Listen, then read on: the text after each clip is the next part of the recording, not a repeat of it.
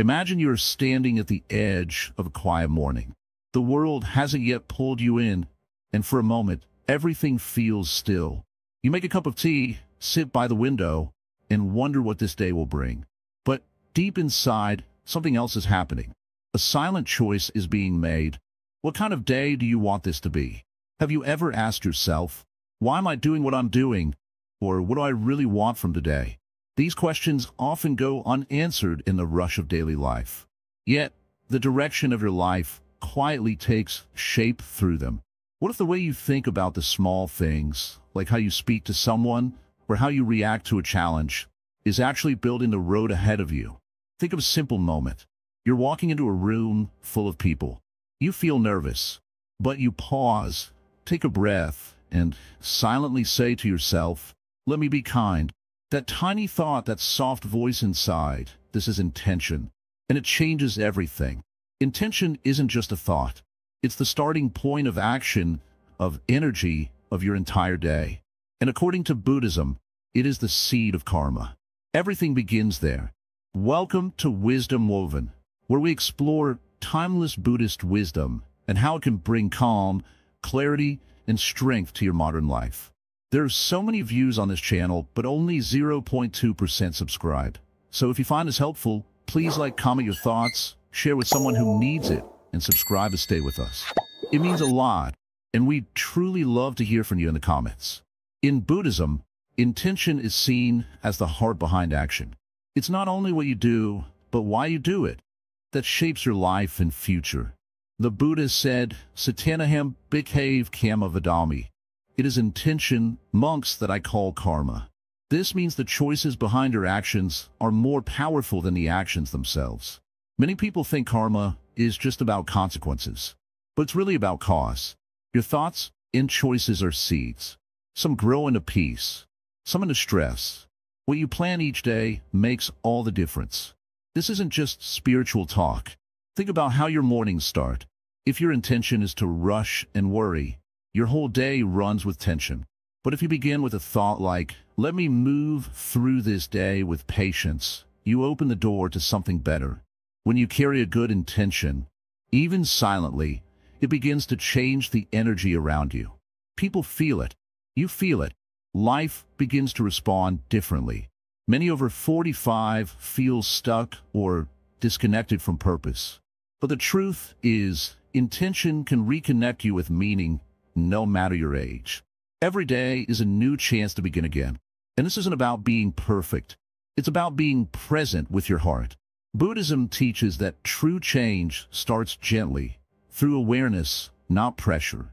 Over the next parts, we'll uncover how intention works in the mind, how it builds karma, and how you can use it to make each day more peaceful, more real, and more yours. This journey is about going deeper, not wider. Less noise, more clarity.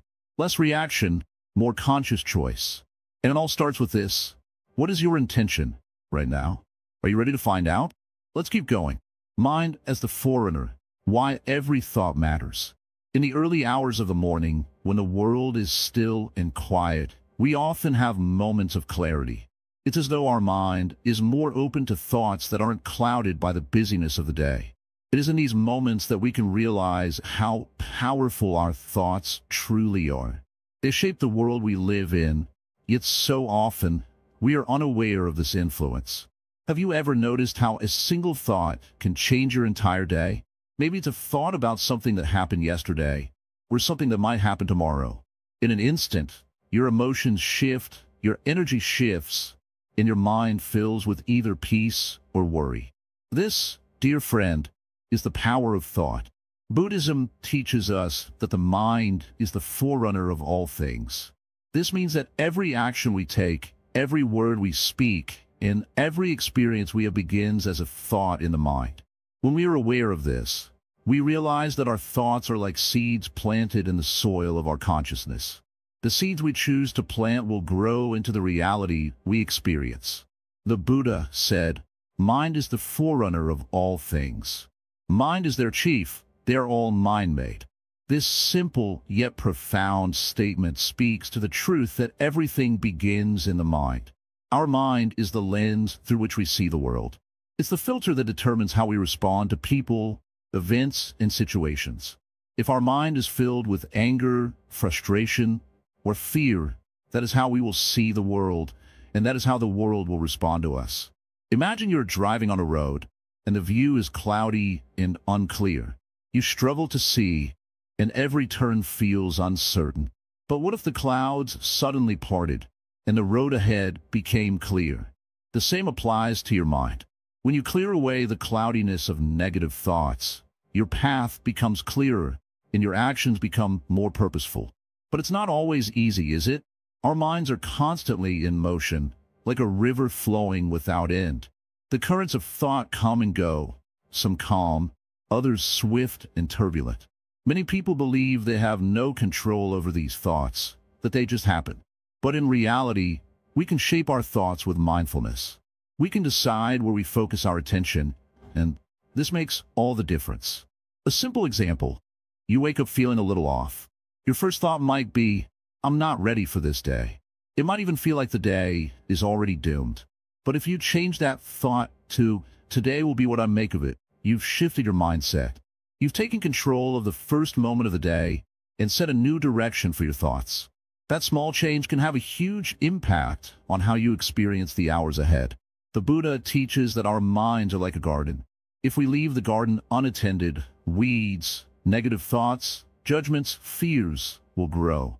But if we tend to the garden with care and attention, planting seeds of peace, love, and kindness, then the flowers of joy, compassion, and wisdom will bloom. Our thoughts are like the gardener in this analogy. They're the ones who decide what will be planted, what will be nurtured, and what will be discarded.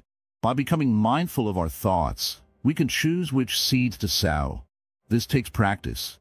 It requires us to slow down, to observe our thoughts without judgment, and to gently guide them towards what is wholesome and beneficial. This is where mindfulness plays a crucial role. Mindfulness is not just about sitting quietly and watching the breath. It is about bringing awareness to every moment, including the thoughts that arise in the mind. When we're mindful of our thoughts, we begin to recognize patterns.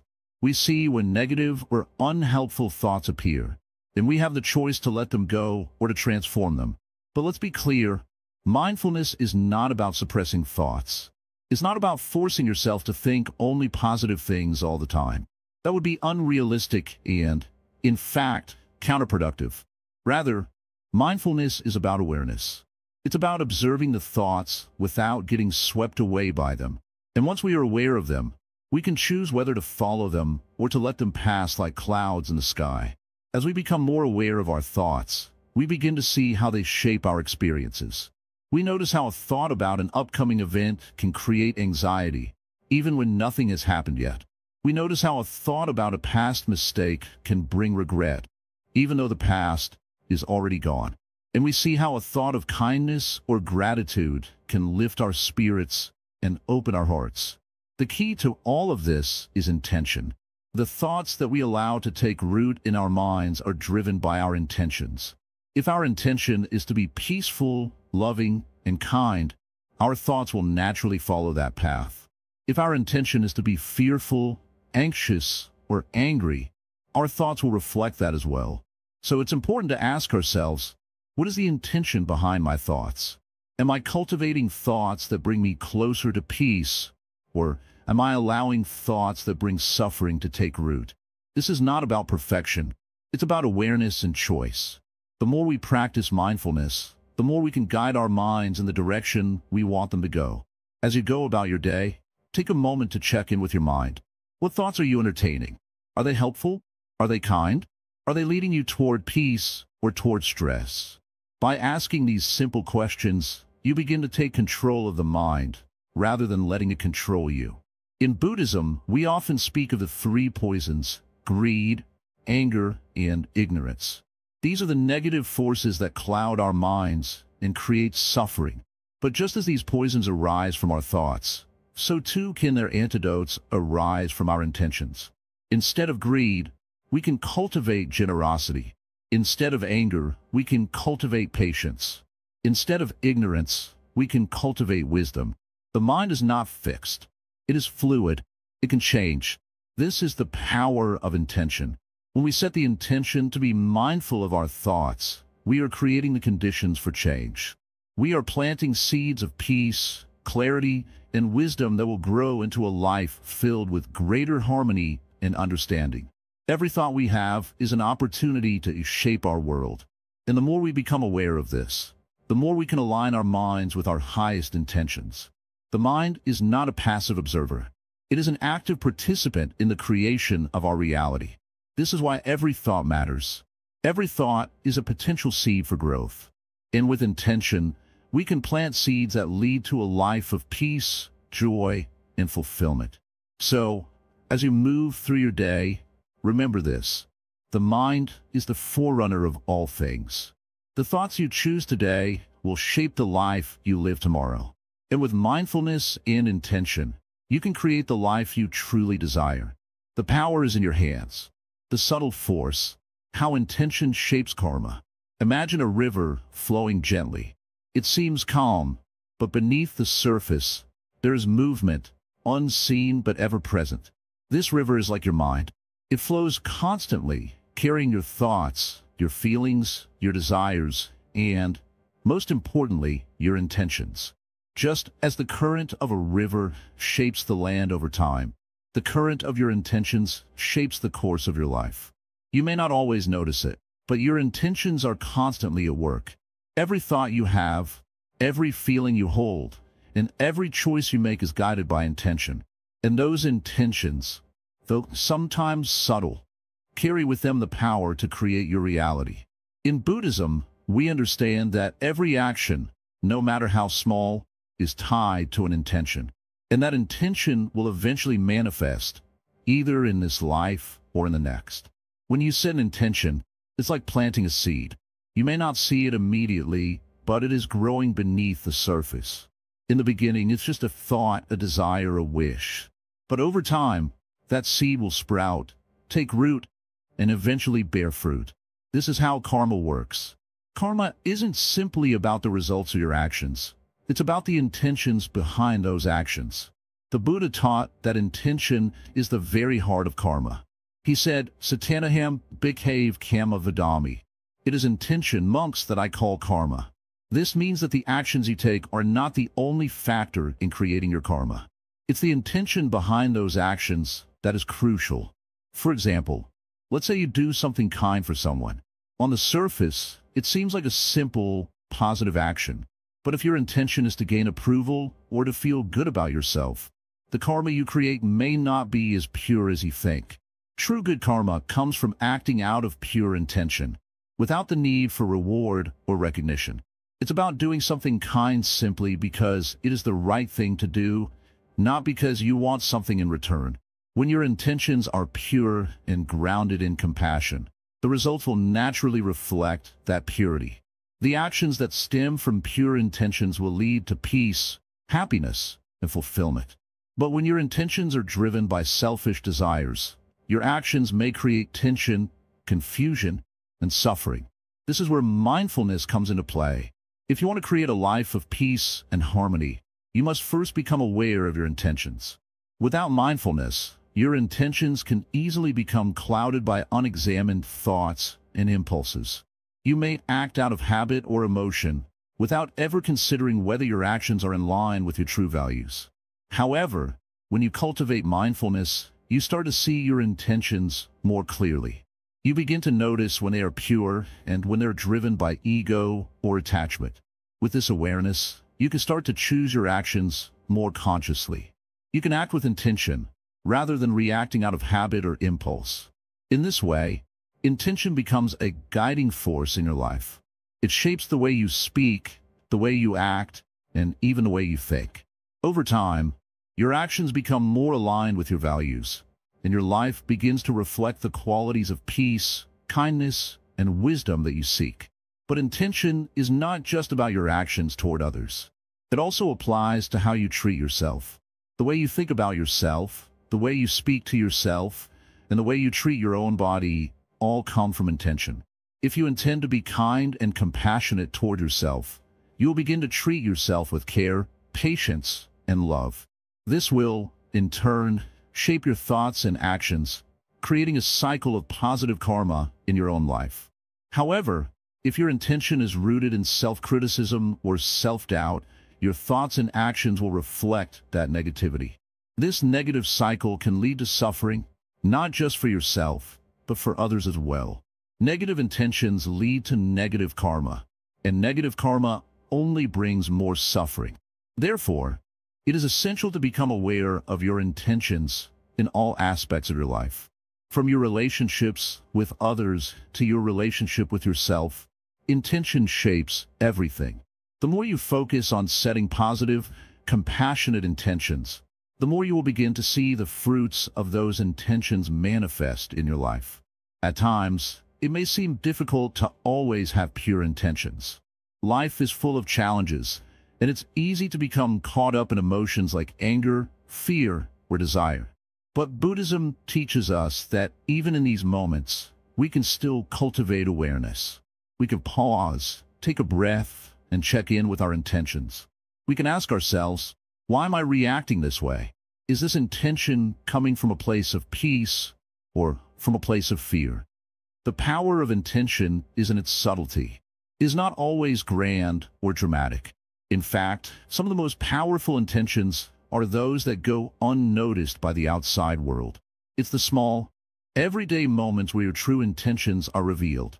When you choose to act out of kindness, when you choose to be patient in a moment of frustration, when you choose to forgive, these are all reflections of the intentions that shape your life.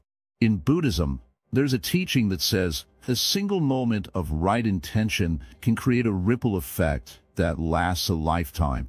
This means that even one small, pure intention can have far-reaching effects. It may not seem like much at first, but the impact it has on your life and the lives of others is profound. Each time you act with intention, you are not just shaping the present moment. You are planting seeds for the future. These seeds grow into the karma that will shape your path. And just like the river that shapes the land, your intentions slowly and steadily shape your life. So, as you move through each day, remember the power of intention. Each moment is an opportunity to set a new course, to plant a new seed.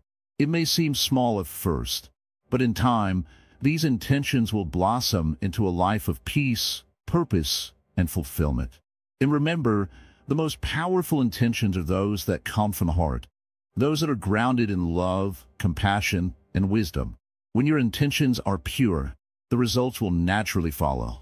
This is the law of karma, and it is a force that you can tap into every moment of your life.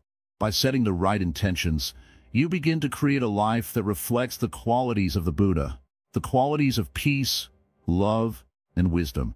As you continue to walk this path, pay attention to your intentions. They are the key to unlocking the life you've always wanted.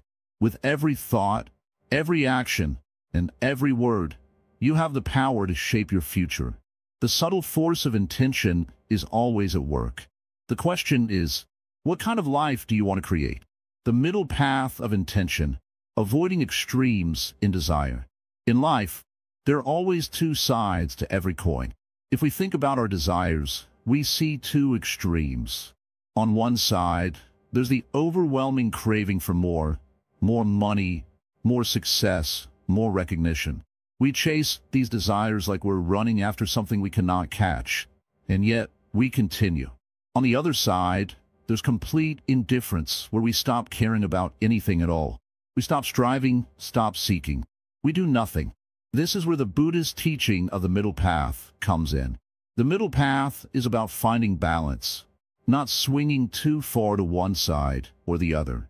It's about understanding that desires are natural, but they should never control us. We should not be so attached to them that they define who we are, yet we should not completely ignore them, as if they don't exist. Think about the times when you felt overwhelmed by wanting something so badly. Perhaps it was a new car, a better job, or even the perfect vacation. When we're caught up in that feeling, we become blind to everything else around us. We focus on the object of desire, not on the present moment. It takes all of our energy, and yet, once we get what we wanted, it's never as fulfilling as we thought it would be. there's always the next thing to want. And so, the cycle continues. But the middle path asks us to pause and reflect before we act. It asks us to see our desires clearly and recognize them for what they are, not good, not bad, just part of being human. When we can sit with our desires without being consumed by them, we free ourselves. We are not ruled by what we think we need to be happy, but instead, we find contentment in the moment we are living. The middle path teaches us that true happiness does not lie in fulfilling every craving, but in understanding them and letting them come and go. Imagine how your life could change if you didn't constantly chase after things. What if, instead, you set clear intentions without attachment to the outcome? What if you could be at peace whether you get what you want or not? This doesn't mean that we stop having goals or dreams. Far from it. Buddhism encourages us to pursue our aspirations with wisdom and balance. But it reminds us that our happiness is not tied to external achievements. True peace comes from within. It comes from our ability to be present with whatever is happening right now, without being distracted by the need for something more. Many of us, especially as we get older, may find ourselves becoming more content with less. It's as if life teaches us, over time, that the things we once thought we needed to be happy don't really matter as much. The house, the car, the job. These things are not what make life meaningful. What makes life meaningful is our ability to be at peace with who we are, where we are, and what we have in this very moment. When we look at our desires through the lens of the middle path, we start to see them for what they are, just passing thoughts. The need to have something can be strong, but if we don't let it control us, it loses its power. We can still work towards our goals, but with the understanding that our happiness doesn't depend on whether we reach them or not. Sometimes, we may feel that we're caught in a tug-of-war between two opposing forces. On one hand, there's the desire to improve our lives, to get better, to grow. On the other hand, there's the wisdom of knowing when to stop, when enough is enough. The middle path teaches us that both are necessary. We need ambition and goals, but we also need to know when to step back and appreciate the simplicity of life as it is. It's like walking a tightrope. If you lean too far to one side, you fall. But if you stay centered, you can walk steadily and gracefully, moving forward without being pulled by any one thing. That is the beauty of the middle path. It allows us to move through life with intention and clarity, without being swept away by extremes. But how do we do this? How do we find that balance in our daily lives? It starts by being aware of our thoughts and feelings. When we feel the pull of desire, we must stop and ask ourselves, is this leading me to peace, or is it leading me into chaos? This simple question can help us return to the center, to the middle path. It's also about learning to let go of things that no longer serve us. Sometimes we hold on to desires out of habit, out of fear that we won't be happy without them. But in reality, happiness comes from within. We don't need to keep chasing things to feel whole. When we let go of attachment, we make room for true peace and contentment. The middle path is not about denying our desires or pretending that they don't exist. It's about seeing them clearly, acknowledging them, and then letting them go when the time is right. It's about understanding that desire, in itself, is not bad. It's our attachment to it, our clinging to it, that creates suffering. When we learn to let go, we stop suffering. And this is where intention comes into play. When we set our intentions with clarity and wisdom, we don't get caught up in the extremes. Our intention guides us without pulling us in one direction or the other. It keeps us balanced, centered, and focused on what truly matters. Think about your own life. How often do you find yourself chasing after things you think you need to be happy? What if you could let go of the need to have more and instead simply be content with what you already have? How would that change the way you approach life? The middle path is not about making grand, dramatic changes. It's about small, consistent steps. It's about recognizing when we are veering too far to one side and gently guiding ourselves back to the center. It's about living with intention, but without attachment. When we follow the middle path, we begin to see that everything we need is already within us. Our peace, our happiness, our fulfillment, They're not outside of us, waiting to be found. They're here, right now, in this moment, waiting to be realized. This is the beauty of intention in Buddhist wisdom. It teaches us that we have the power to shape our lives, not by what we do, but by how we think and how we choose to act. And when we act with wisdom, when we follow the middle path, our actions bring us peace, not stress. They lead us to a place where we can live fully, without being ruled by our desires or our fears. And so, we walk forward, step by step, with intention and balance. Not rushing ahead, not holding back, but moving steadily along the path of peace. The power of mindfulness to refine intention. Mindfulness, in the simplest sense, is the act of being fully present, right here, right now. It's easy to get caught up in the rush of life, to let the days blur together in a haze of thoughts, responsibilities, and worries. But what if in each moment you could pause and notice what's truly happening around you? What if you could sharpen your attention and see things as they are, without the lens of distraction or judgment? This is where mindfulness comes in. It helps you see with clarity, and through this clarity, your intentions become more pure and powerful. When you practice mindfulness, you train your mind to focus and be aware of each action, each decision, each small thought. It's in this space of awareness that your intentions start to refine themselves. Imagine, for a moment, how often your mind races from one thought to the next. You may not even notice how your intentions can become scattered in the midst of this mental chaos. But when you practice mindfulness, something magical happens. You slow down, you notice your breathing, you feel your feet on the ground, and in that moment, your intention becomes clear, unclouded by the noise of everyday life. You can act from a place of calm, of purpose, rather than from an automatic response. In Buddhism, mindfulness is not just a practice, it's a way of life. The Buddha often spoke of sati, which means mindfulness or awareness.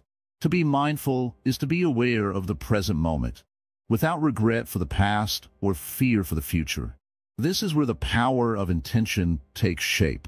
When you are mindful, you can choose your intentions more carefully.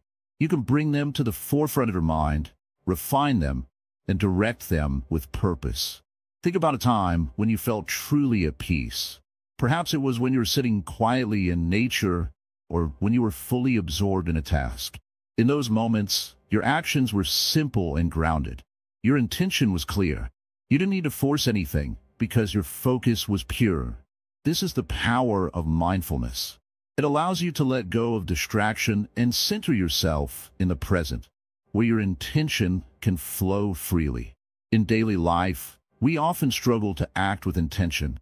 It's easy to let the world around us dictate our reactions. We respond to stress, to worries, to other people's demands, without even thinking. But mindfulness helps us break this automatic pattern. It allows us to step back, even for just a moment, and choose how to respond. Instead of reacting out of habit, we can act from a place of awareness. This means we act with intention, not out of fear, frustration, or impulse. The beauty of mindfulness is that it doesn't require a special place or time. You don't need to sit in a quiet room to be mindful. You can practice mindfulness while you're walking, eating, or even talking to someone. The key is to bring your full attention to whatever you're doing. When you do this, you naturally bring your intention into focus. Your thoughts and actions align, and you begin to see the results of your clear, conscious choices. Mindfulness also has the power to transform the relationship with time. Often, we think of time as something we must control or rush through. We have deadlines to meet, tasks to complete, and responsibilities to fulfill. But when you practice mindfulness, you begin to experience time differently. You learn to appreciate the present moment, rather than always looking ahead to what's next. This shift in perspective allows you to move through your day with more ease and less pressure, because you're no longer trying to control every moment. Instead, you're simply living in it, aware of each step, each breath, each thought. As you begin to incorporate mindfulness into your life, you'll notice that your intentions become more refined. You'll be able to ask yourself, what do I really want from this moment? What is my true intention here? And the more you ask yourself these questions, the clearer your intentions will become. You'll start to act from a place of wisdom and clarity, rather than from the clouded thoughts and distractions of daily life. In Buddhism, the idea of right intention is a key part of the Noble Eightfold Path. Right intention is not about forcing a certain outcome or striving for success. It's about aligning your thoughts and actions with wisdom, kindness, and compassion. It's about acting from a place of inner peace, knowing that your actions are rooted in mindfulness and awareness. When you cultivate mindfulness, you naturally align with right intention. Your intentions begin to shift away from selfish desires or negative patterns and move toward kindness, generosity, and peace. Your actions reflect the clarity that comes from being present, and the world around you begins to respond to that energy. One of the most powerful things mindfulness can do is help you recognize when your intentions are not aligned with your true self. Have you ever done something and later realized that it wasn't in line with your values or your deeper desires? Perhaps you acted out of anger, fear, or insecurity and later regretted it. Mindfulness helps you catch these moments before they happen. It allows you to check in with yourself, to pause, and to ask, what is my intention here? In doing so, you can redirect yourself and act in a way that aligns with your higher purpose. This is the transformative power of mindfulness. It helps you break free from automatic, unconscious patterns and replace them with conscious, intentional choices. It helps you become the person you want to be, rather than reacting to the world around you. And the more you practice, the more natural it becomes. Your intention, once refined, becomes the compass that guides your actions, your relationships, and your life. As you go through your day, remember that mindfulness is not just about the big moments. It's about the small ones, the moments when you're sitting at the kitchen table, when you're having a conversation, when you're walking in the park. Each of these moments offers an opportunity to bring your intention into focus. And each time you do, you're creating a life that is more aligned with your true purpose, more peaceful, and more fulfilled. In the next part, we'll explore how to move from a moment of mindfulness into action, how to transform your intentions into real, meaningful changes in your life. For now, simply notice your thoughts, your actions, and your intentions. Observe how mindfulness can refine and sharpen them, and how, in doing so, you begin to live with greater intention, greater peace, and greater clarity. From craving to clarity, transforming hidden motives. As you walk through life, you may notice something within you, a pull, a desire, an inner restlessness. It can feel like a silent, steady force that keeps you seeking more. This feeling is what Buddhists call craving. It's the desire for things to be different, for more comfort, more happiness, more things, or even more approval. Yet, no matter how much you acquire or achieve, it always feels like something is missing. This craving isn't just about wanting things, it's deeper than that. It's the underlying force that shapes how we move through the world. If we look closely, we can see how craving affects our actions, our relationships, and our decisions. It pulls us away from the present moment, from the peace that already exists within us. Buddha spoke of the dangers of craving, how it leads to suffering. It's not the things we desire that cause us pain, it's our attachment to them. When we crave, we believe that happiness will come only from the things we desire. But true peace comes when we begin to realize that happiness does not come from external sources. It is not in the things we seek, but in the clarity of mind we create. How often have you found yourself desiring something so badly, believing it would make everything better? Maybe it's a new car, a different job, or a relationship. The craving becomes all-consuming. You begin to chase after it, believing that once you get it, everything will be perfect. But after obtaining it, you realize that the emptiness remains. The craving doesn't disappear. It simply shifts to something else. This is where the Buddhist path teaches us to go beyond craving. The true transformation happens when we stop seeing desire as a way to find happiness. Instead, we begin to understand that all cravings arise from a deeper place of dissatisfaction, a place within our minds. We look at our desires not as problems to be solved, but as signs pointing to something deeper inside us, a longing for true peace and contentment. Imagine for a moment, you are standing at the foot of a mountain, gazing up at its peak. Your craving is like the mountain itself, tall, imposing, and always out of reach. But if you begin to walk slowly and with awareness, you'll start to realize something. The climb is not about reaching the top. It's about the journey itself. You begin to notice the beauty of the path, the scent of the trees, the sound of the birds. You realize that peace isn't in the summit. It's in each step, in every moment you are present. This is how transformation happens. It doesn't require you to suppress your desires, but rather to look at them with clarity. When you stop chasing and start observing, you create space between your craving and your reaction. You see the desire as it is, a passing thought, a fleeting moment. And in that space, you find peace. So, how do we move from craving to clarity? The first step is awareness.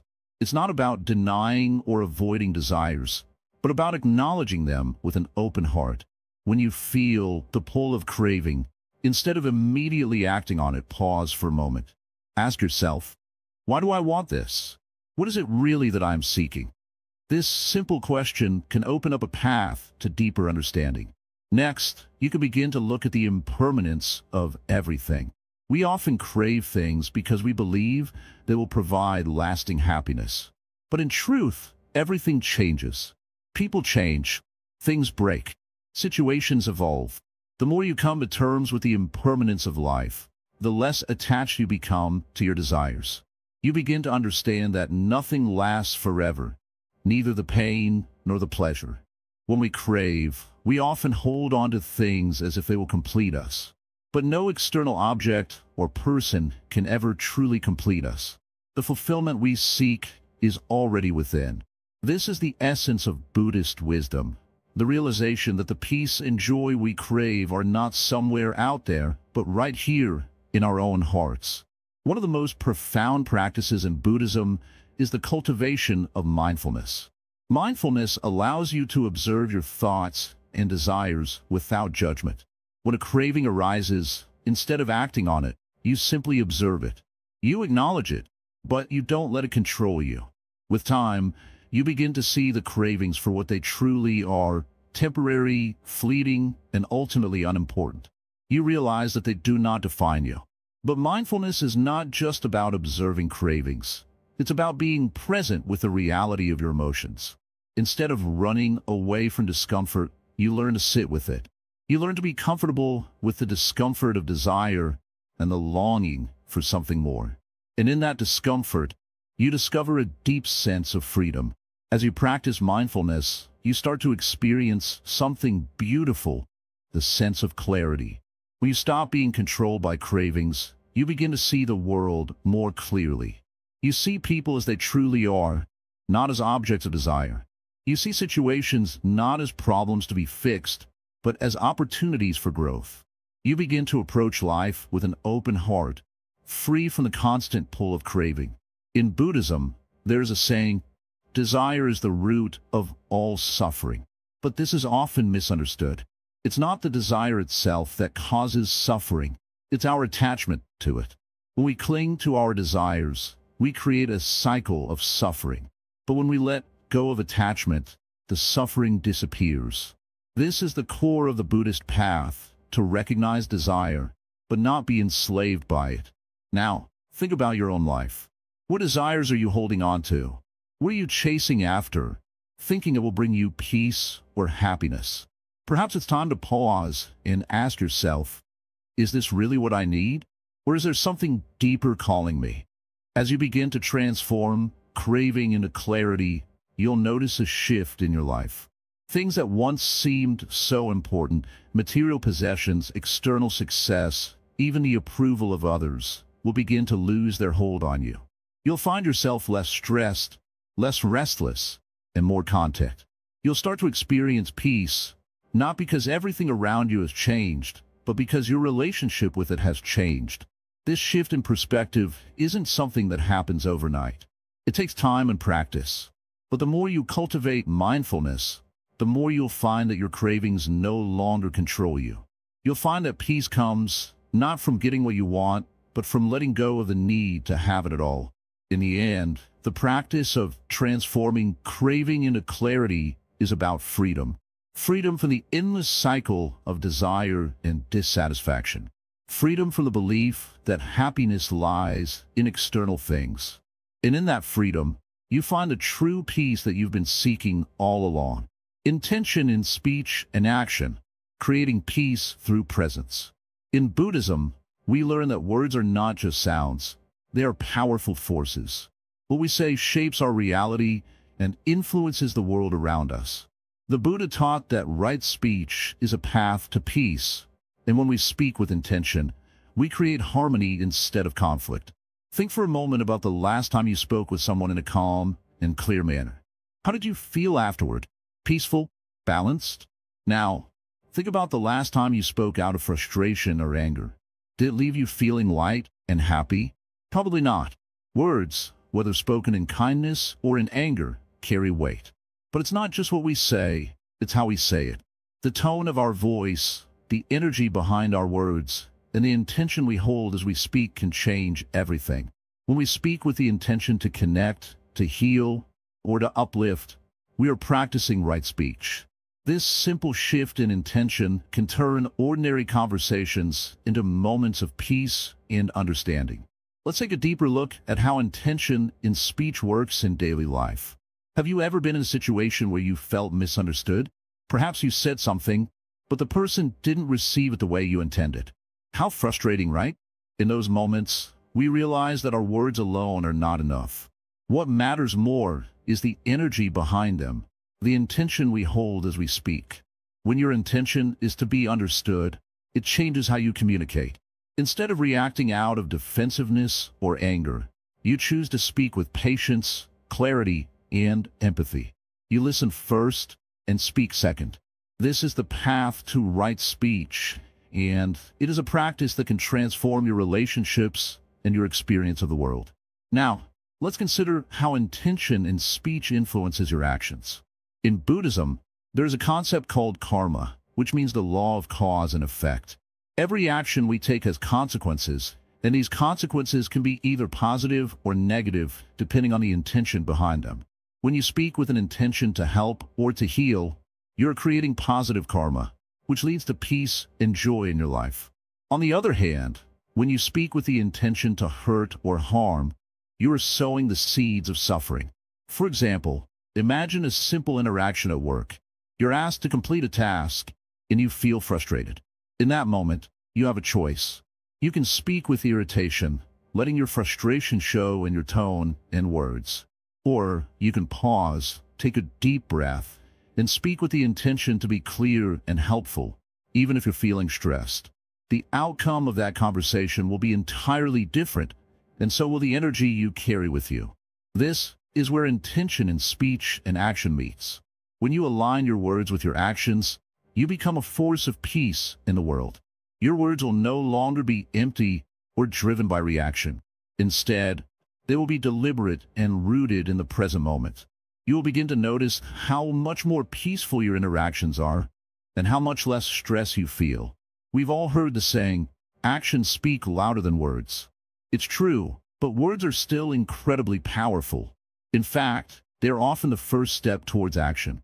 When we speak with intention, we are planting the seeds of the actions we wish to take. Our speech becomes the blueprint for our behavior. If we speak with kindness, our actions are more likely to reflect that kindness. If we speak with impatience, our actions may reflect that impatience. Take a moment and reflect on your recent conversations. How often did you speak with intention? How often did you allow your words to be influenced by stress, frustration, or negativity? Now, think about how much better your interactions could be if you practice speaking with a clear, positive intention. The beauty of this practice is that it is simple and accessible to everyone. You don't need to be a meditation master to speak with intention. All it takes is awareness. Before you speak, take a moment to check in with yourself. What is your intention in this conversation? Are you seeking to understand, to connect, to heal? Or are you speaking out of reaction or defensiveness? When you speak with intention, you are practicing mindfulness. You are present, aware of your words, and careful about the impact they may have.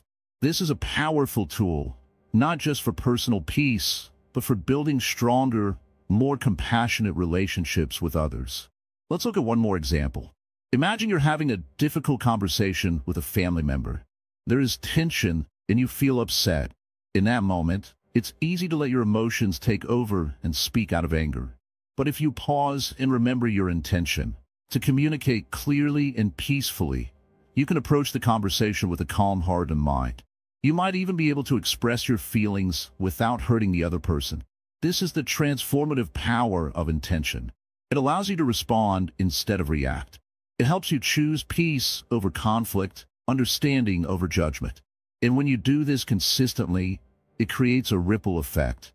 Your peaceful speech inspires others to speak with intention as well, and together, you create a space of kindness and understanding. As we continue on this journey of intention, remember that every moment is an opportunity to practice. Every word you speak, every action you take, is a chance to align with your highest intention. Whether you are speaking to a loved one, a colleague, or even a stranger, your words have the power to heal, to connect, and to bring peace. In the next parts of this series, we will explore how to carry this practice of intention into other areas of your life. But for now, take a moment to reflect on the power of your speech. Are your words aligned with your highest intention? Are they creating the peace you seek? Or are they contributing to tension and misunderstanding? Remember, peace begins with you. It begins with the intention you set in each moment and the words you choose to express that intention. When you speak with mindfulness and clarity, you not only transform your own life, but you also contribute to the peace and harmony of the world around you. The role of compassion in setting intentions. As you walk through your day, think for a moment about the people around you. You pass many faces, each with their own struggles, hopes, and fears. We often don't see what's beneath the surface, but in Buddhism, we're reminded of one simple truth. Everyone is suffering in some way. It might be a small hurt or a deep pain, but it's there.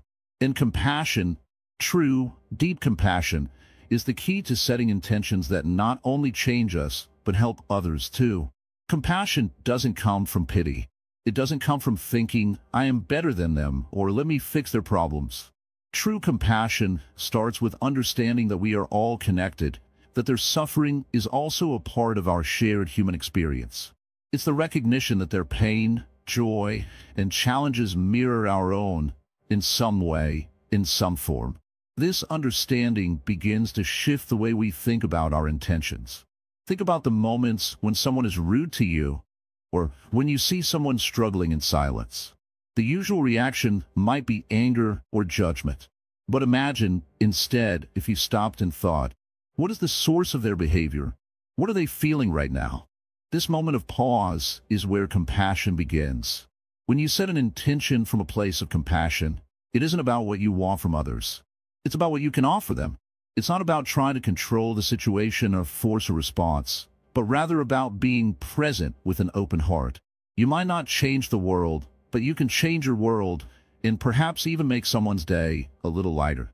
The Buddha spoke often about compassion, reminding us that the path of wisdom is intertwined with the path of compassion. Compassion is not just an emotion, but a practice. It requires mindfulness, awareness, and most importantly, an intention to see others clearly, not as obstacles, not as people who need to change, but as beings deserving of the same kindness and care that we seek for ourselves. When you start setting intentions from a compassionate heart, you begin to shift your focus away from ego. So often, our intentions are rooted in our desires. What we want, what we need, what will make us happy. But when you bring compassion into your intentions, your focus shifts outward. You begin to think, how can I help? How can I ease someone's burden, even in the smallest way? This is especially powerful in relationships. Think about how many times we enter interactions with expectations. We expect others to behave a certain way, to treat us a certain way. But when we set the intention to meet others with compassion, those expectations fade. We no longer view them as someone to fulfill our needs, but rather as a fellow human being with their own needs, their own pain, and their own story. Compassion helps us be more patient, more understanding, and less reactive. But what does this look like in practice? Let's say you're having a disagreement with a loved one. The usual response might be to defend your point of view, to argue your case. But what if, instead, you paused and set the intention to listen? Not just hear, but truly listen with compassion, with an open heart. This doesn't mean you agree with everything they say, but it means you're willing to understand where they're coming from. This simple shift in intention can transform a conflict into an opportunity for connection. Compassion also transforms how you approach challenges. Life is hard for everyone at times, and it's easy to feel like the weight of the world is on your shoulders. But when you bring compassion into your intentions, you shift from being overwhelmed to being a calm presence.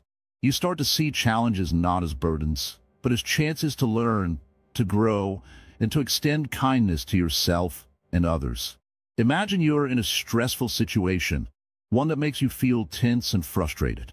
You could react by snapping at others, or by withdrawing into yourself. But what if, instead, you set an intention of compassion in that moment? What if you thought, I'm struggling right now, but so is everyone. I'm going to respond with kindness to myself and to those around me. That intention can completely change the course of your day. Buddhism teaches that true compassion is unconditional. It's not about waiting for others to deserve your kindness. It's about offering it freely, regardless of their actions. This doesn't mean tolerating bad behavior or letting others take advantage of you. It means not allowing the behavior of others to dictate your inner peace. Compassion is about responding with a calm heart, no matter what comes your way. Setting intentions rooted in compassion also means being kind to yourself.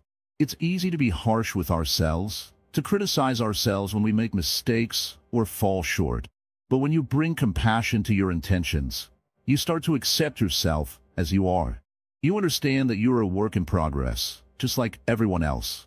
This self-compassion becomes the foundation of your peace and stability. Now consider how this kind of compassionate intention affects your community. Every act of kindness, no matter how small, ripples out into the world. When you set an intention to be compassionate, you become a source of light for others. People notice, and in turn, they may be inspired to offer compassion themselves. It becomes a cycle. Your compassion inspires theirs, and the world becomes a little gentler because of it. Buddhism also teaches us to let go of the need for recognition. Often, we give with the hope of receiving something in return. But when your intention is rooted in compassion, it doesn't matter if anyone notices. The joy comes from giving freely, without expectation. This is where true peace lies, when you can offer your love, your kindness, your presence, without needing anything in return. The beauty of compassion is that it doesn't need to be grand. You don't have to make huge sacrifices to be compassionate. It can be as simple as offering a smile to someone who seems lost in thought, holding the door for someone with full attention, or taking a moment to listen when someone needs to talk. These small moments of intention accumulate, and over time, they transform you and the world around you. In Buddhism, compassion is often linked with the concept of Bodhisattva, the mind of enlightenment. It's the wish to free all beings from suffering. When you set intentions from this place, you begin to see the world with new eyes. You don't see people as obstacles, but as fellow travelers on the road of life. You realize that your peace and happiness are intertwined with theirs. And so, compassion is not a destination, it's a journey. Every moment is an opportunity to set an intention rooted in kindness. Every day, you can choose to approach life with a heart that understands, a mind that listens, and a spirit that acts with love. This is the power of compassion in setting your intentions. It's about creating a life of meaning, not by doing more, but by being more present, more aware, and more open to others. The more you practice setting compassionate intentions, the more natural it becomes. It's like planting a garden. At first, the seeds seem small and fragile, but over time, they grow into something beautiful. And just like that garden, your compassionate heart begins to bloom, creating a life that is not only peaceful, but deeply connected to the world around you. Challenges as teachers, strengthening intention through adversity. Life is full of challenges. Some are big, some are small, but all are opportunities in disguise. When you face difficulty, it can feel as though the world is against you. But what if these challenges are not obstacles to your happiness? What if they're simply teachers, sent to help you strengthen your intention and deepen your understanding of life? The Buddha often spoke of suffering, but not in a way that leaves us feeling hopeless. Instead, he encouraged us to view suffering as a part of life's natural flow, something that is neither to be feared nor avoided. Suffering, when understood properly, becomes a powerful teacher. It shows us where our intentions need to grow. It shows us where we are still clinging, still attached to things that no longer serve us. Think for a moment about a difficult time in your life. Perhaps it was a loss, an illness, a broken relationship, or a struggle at work. At first, it might have felt like a setback, a dark cloud that you couldn't escape. But over time, did it not teach you something? Did it not help you grow, even though the growth was painful at times?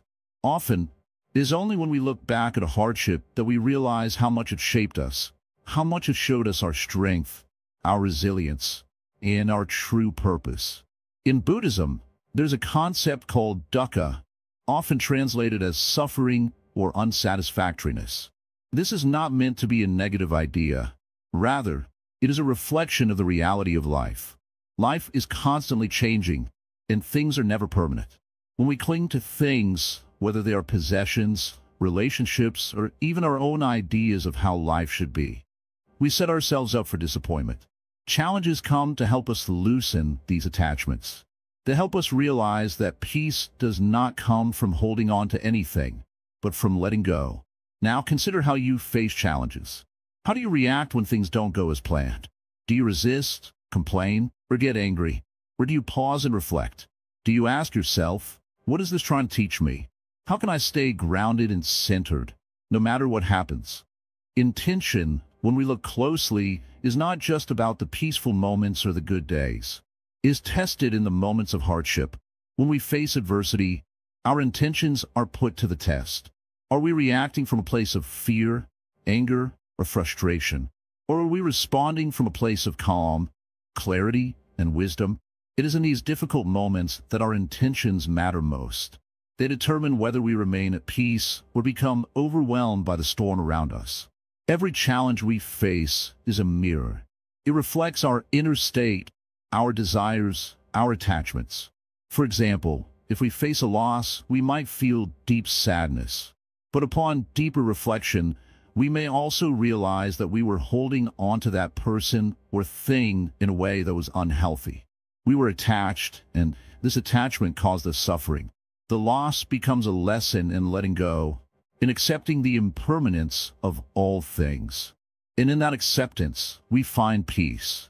Challenges also show us our true nature. They reveal the parts of ourselves that we may not want to see, the parts that need healing. When you are faced with adversity, you may feel angry, afraid, or helpless. These emotions are natural, but they're also an invitation to look deeper. Why do you feel this way? What old wounds are being triggered? What can you learn from this reaction? If you approach challenges with the intention of learning, they can help you grow in ways you never imagined. In Buddhist teachings, there's a practice called mindfulness. Mindfulness is the art of being present with whatever arises in our minds and hearts. When we face a difficult situation, mindfulness allows us to observe our emotions without becoming lost in them. We learn to witness our reactions, without judging them or getting caught up in them. We become aware of the thoughts and feelings that arise, and we can choose how to respond. When you're mindful, you can ask yourself questions like, what is this situation teaching me? What is the deeper lesson here? This simple shift in perspective can turn even the most difficult experience into a powerful teacher. The intention to learn, to grow, to understand is what allows us to move through hardship with grace and clarity. The Buddha taught that suffering is not the problem. It is our attachment to it that causes us distress. When we are attached to how things should be, we set ourselves up for disappointment. But when we let go of our expectations and accept things as they are, we create space for peace. Challenges are a natural part of life, and the more we resist them, the more we suffer. But when we embrace them as opportunities for growth, we begin to transform. Adversity also strengthens our compassion. When we face challenges, we often feel alone or isolated. But as we learn to navigate our own pain, we develop a deeper understanding of others' suffering. We become more compassionate, not just towards ourselves, but towards those around us. We begin to see that everyone, in their own way, is facing their own challenges. And this understanding connects us to others in a way that nothing else can. Through this process, our intention shifts. Instead of reacting out of fear or frustration, we begin to respond with wisdom and compassion. We choose to face challenges with an open heart, willing to learn and grow. And in doing so, we discover that challenges are not obstacles, they are invitations. Invitations to deepen our intention, to strengthen our practice, and to become more fully ourselves. There's a saying in Buddhism, "The lotus grows in the mud." This means that the most beautiful and enlightened parts of ourselves can emerge from the most difficult circumstances. Just as the lotus flower rises from the muddy waters, our wisdom and compassion can grow from the challenges we face. It is not the challenges themselves that shape us, but how we respond to them. And when we respond with the intention to grow, we transform even the most difficult moments into opportunities for enlightenment. So, when you face a challenge, take a moment to reflect. What is the situation asking of you? What is it teaching you? How can you respond with greater intention, greater clarity, and greater compassion? When you approach each challenge with this mindset, you begin to see the world not as a series of obstacles, but as a path to deeper wisdom and peace. The next time life presents a challenge, instead of feeling overwhelmed, ask yourself, how can I meet this moment with a calm heart and a clear mind? This simple shift in intention will transform the way you experience adversity, turning every difficulty into a stepping stone towards greater peace. Living the Dharma, making intention a way of life. You've walked with us through this journey of intention. You've discovered how it starts with a simple thought, how it shapes your actions, how it builds the karma you live with every day. But now, in this last part, we come to the most important question. How do we make intention not just something we think about, but a way of life? Imagine for a moment that every action you take, every word you speak, and every thought you think is not random. Imagine that they all have purpose. What would that feel like? To live in a way that is intentional in every part of your day. When you wake up, when you speak to others, when you face challenges.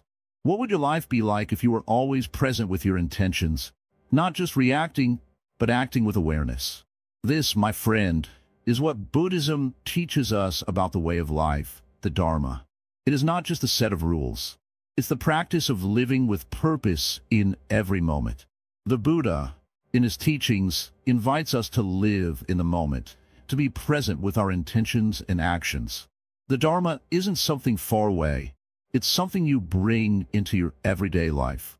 It may seem like a challenge at first, but as you've learned, intention is the seed of all actions. And like any seed, it takes time to grow. You don't plant a seed today and expect a tree tomorrow. So, too, with your intentions. It may take time to see the results, but each time you act with awareness, with intention, you are planting that seed of change.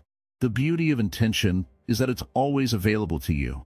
You don't need a special place or a special time to make it a part of your life. It's not about going to a temple or sitting in meditation for hours. It's about the moments in between, the small, simple actions that make up your day, the way you speak to your family, the way you handle a difficult situation at work, the way you care for yourself. Every moment is an opportunity to act with intention. You may be thinking, but life is chaotic. It's hard to stay intentional when everything feels out of control. Yes, life is full of distractions. Yes, It's easy to get caught up in the whirlwind of everyday demands. But here's where the power of intention shines. It helps you navigate through the chaos. When you set a clear intention, even in the midst of difficulty, you have a guiding star. You don't need to control everything. You don't need to make everything perfect. But with intention, you can meet every moment with mindfulness and calm. You can respond rather than react. You can choose to act from a place of clarity, not confusion. The Buddha's teaching on the middle path tells us that we don't need extremes. We don't need to be perfect. We don't need to be busy all the time. We need balance. We need to act with intention, but also with patience. To trust that our actions, no matter how small, are leading us in the right direction. What happens when we make intention a way of life? We start to see things differently. We stop reacting to life with frustration or anger. We stop blaming others for our misfortune. Instead, we start taking responsibility for our actions, our thoughts, and our feelings. We become more compassionate, more understanding, more aware of the needs of others. Living with intention doesn't mean we will never experience pain or hardship. It doesn't mean that everything will always go our way. But it does mean that we can approach life with a sense of peace, knowing that we are choosing our responses, our actions, and our words. When you live intentionally, you bring peace into your life. You stop the cycle of stress and frustration that comes from mindlessly reacting to the world around you. You stop wasting energy on things that don't matter. You start to focus on what truly does. It's not easy to live this way at first. There will be days when you forget. There will be moments when you slip into old patterns of reaction. But that's okay. Every time you come back to your intention, you are practicing the Dharma. Every time you choose awareness over reaction, you're living the path. And remember, this isn't about being perfect. It's about being present. It's about noticing the moments. It's about choosing to live with purpose, even when life is hard, even when you don't have all the answers. So, as we come to the end of this series, ask yourself, what is the intention I want to carry into my life? What kind of life do I want to create? One thought, one action, one word at a time. The power is always in your hands.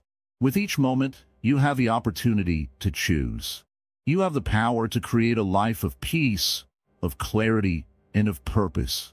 The Buddha said, the mind is everything. What you think you become, and that's what intention is. It's the choice to think with purpose. It's the choice to create a life that aligns with your deepest values and desires. In the end, the practice of intention is the practice of living with awareness, with compassion, and with purpose. It's a lifelong journey, and it's a journey worth taking. It's about making each moment count. It's about living fully, not just existing. Thank you for joining me on this journey. I hope these teachings have inspired you to look at your life with new eyes, to see the power of intention in every small moment, and to realize that you have the ability to shape your life one intention at a time. As you move forward, remember, you don't have to be perfect. You just have to be present. And every time you choose intention, you are creating a better, more peaceful world for yourself and those around you. Now, take a moment to pause. Close your eyes, take a deep breath, and ask yourself, what is my intention right now in this moment? May your journey be filled with peace, purpose, and the power of intention.